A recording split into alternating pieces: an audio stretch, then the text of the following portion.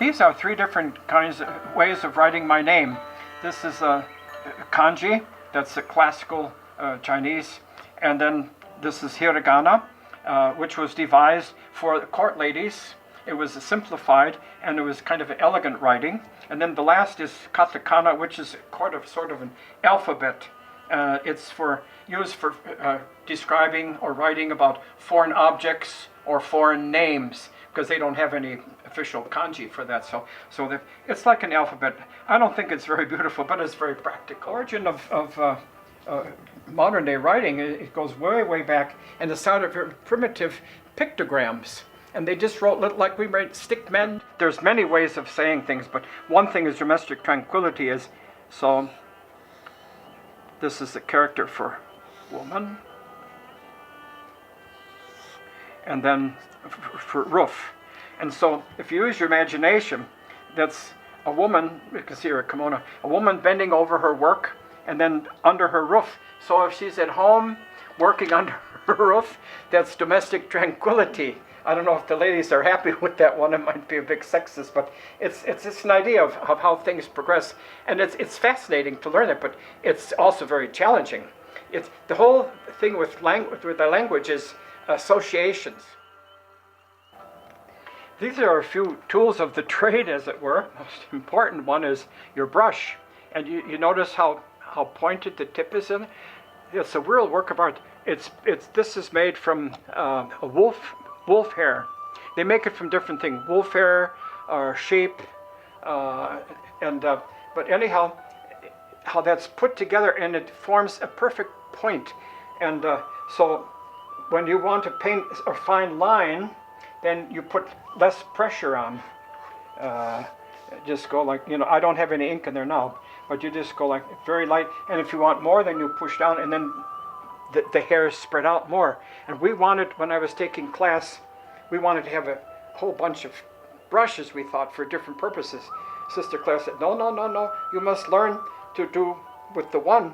You can get later on, but with the one, then you learn how to make less pressure and so on. It's more challenging. And so she was a good taskmaster. She taught us many good things.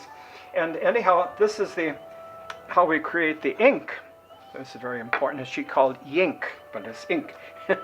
This is a special stone, a very hard stone, and this is the ink stick. It doesn't look like ink. You have to make it liquid. This is like rosin and pigment and coal black and glue, and put together and formed into a block like this.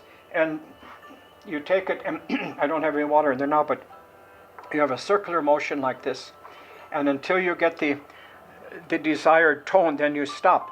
But while you're doing this, your arm is limbering up, your wrist is getting loose, and you have time for your emotion to come down. You calm down quietly, and you think, gives you time to think what subject I'm going to paint, So it's a wonderful system. And then, here you can blend.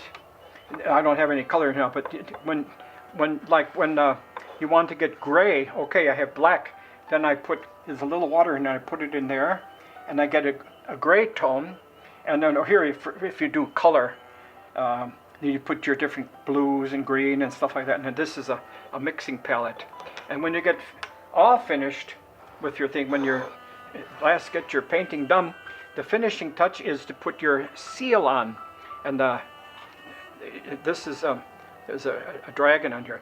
This is my particular one. Each one is made especially for you. You take it to a special carver, a seal carver, and you give him maybe some quality that you want, or your occupation, what it was, and then he executes that into a seal. And seals are very important. They're used for stamping legal documents, and so on. They won't accept if you just write your name on your signature. You have to have your seal, and that's registered with the government. So it's very important. And I wanted to show you this beautiful, I did discover my ink the red ink is hard. I have to order another one. It's a good thing I discovered this now.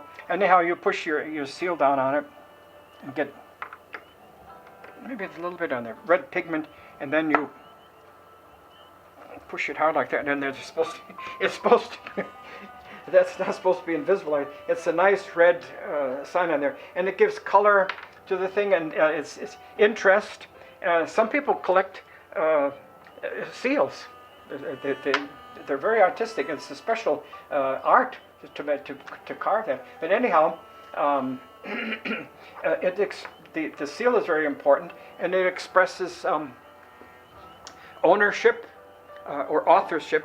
If it's your own, you put your on there. I made that. This is my name. And if you have sometimes 2 or 3, that means maybe they were sold to somebody else, and the new owner puts his or her seal on there. And so, or maybe it was a gift or something, then they put theirs on. So you wonder why all these red things, you know. And there's a special place, a special way of placing them.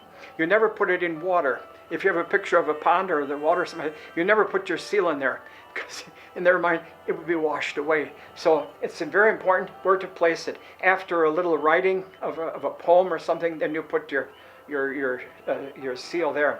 So it's very involved. A lot of good things to learn, fascinating things to learn.